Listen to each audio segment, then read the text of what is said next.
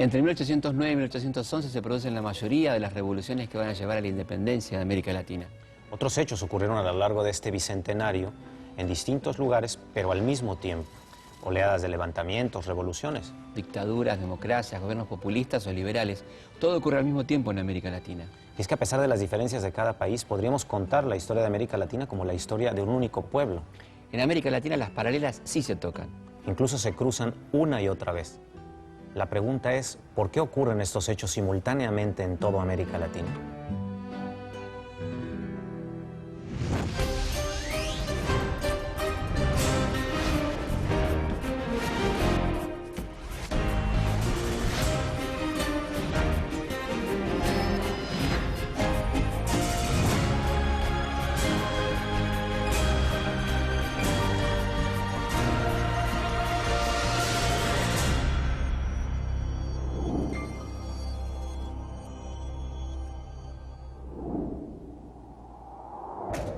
Hace 200 años, los países de América Latina comenzamos a soñarnos independientes.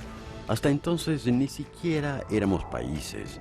Éramos una colonia del Reino de España y obedecíamos a un rey que vivía muy lejos, al otro lado del mar.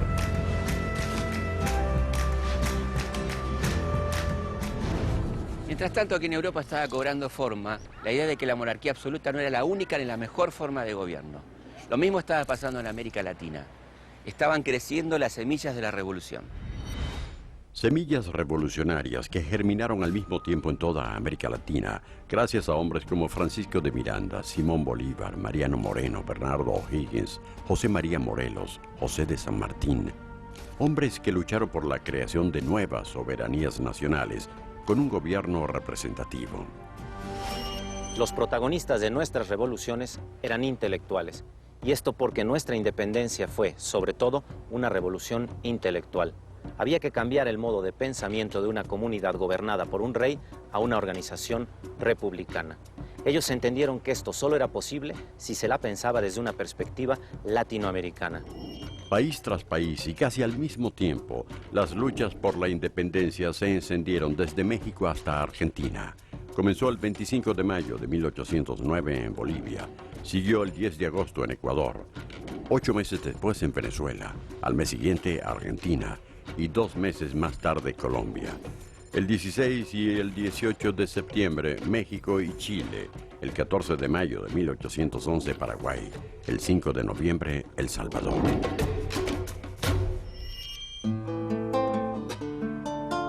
Es indudable que el estallido de las revoluciones fue lo que Karl Jaspers llamó un momento eje en la historia.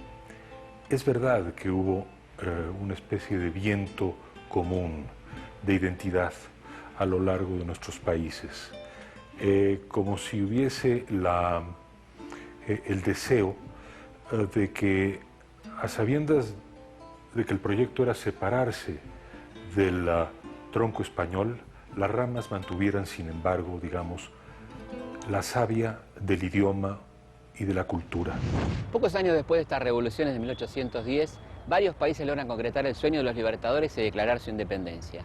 Nacían nuevos países y con ellos nuevos emblemas que los identificaban como nación. En Latinoamérica comenzaban a surgir las identidades nacionales.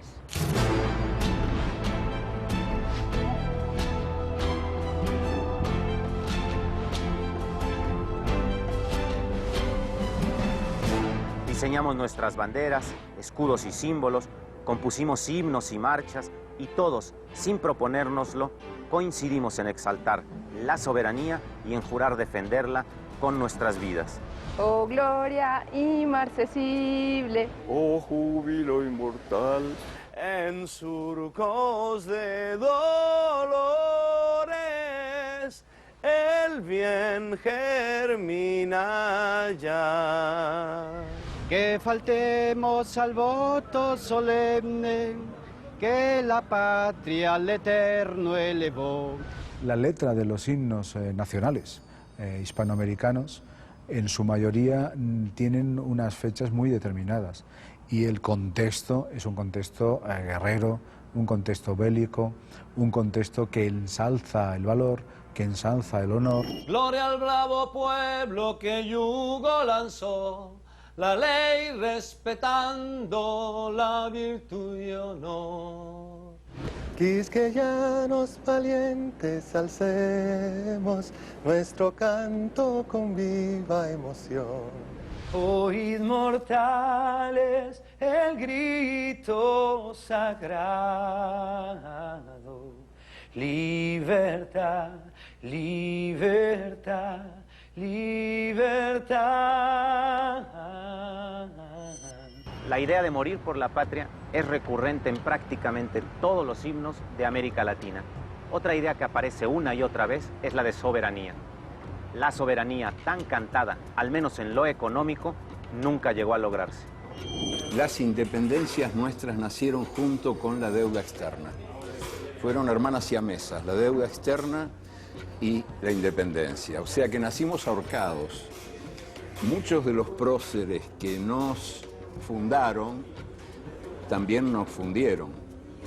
Y en todo caso nos hipotecaron de por vida a la banca británica y a lo que era, bueno, el mundo que nacía en el siglo XIX y que de algún modo está vivo todavía. Gran Bretaña reconoce las independencias y a cambio establece dos cosas. Establece varias cosas, pero especialmente dos.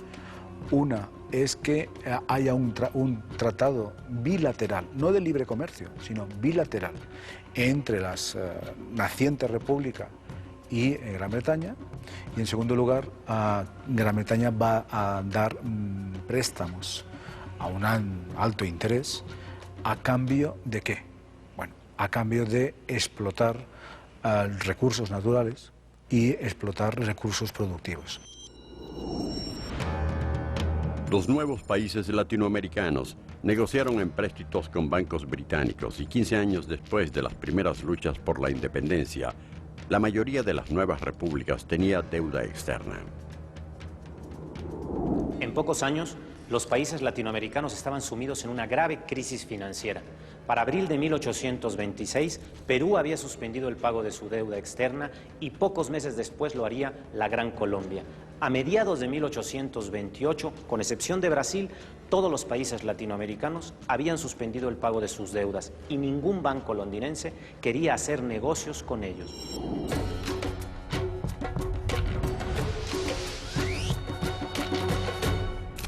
Casi 200 años después, la crisis continuaba, pero ahora sí los bancos y otras entidades querían hacer negocios.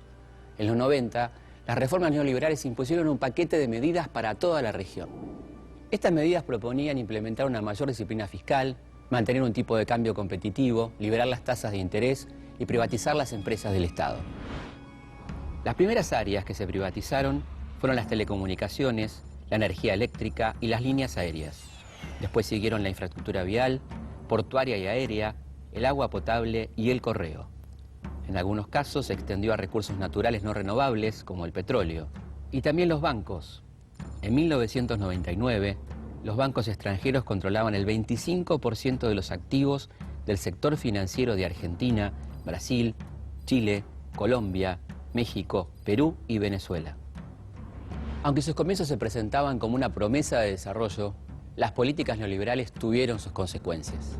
América Latina dio respuesta, lo digo en términos generales, a lo que fue una camada de gobiernos que marcaron la época de los 90, la década de los 90 fundamentalmente, que eran gobiernos muy parecidos, casi uniformes. Era difícil incluso identificar cómo se llamaba cada presidente de cada país, porque había políticas tan uniformes marcadas fundamentalmente desde el Fondo Monetario Internacional, el Banco Mundial, esa época del neoliberalismo que se aterrizó en América Latina de una forma muy fuerte.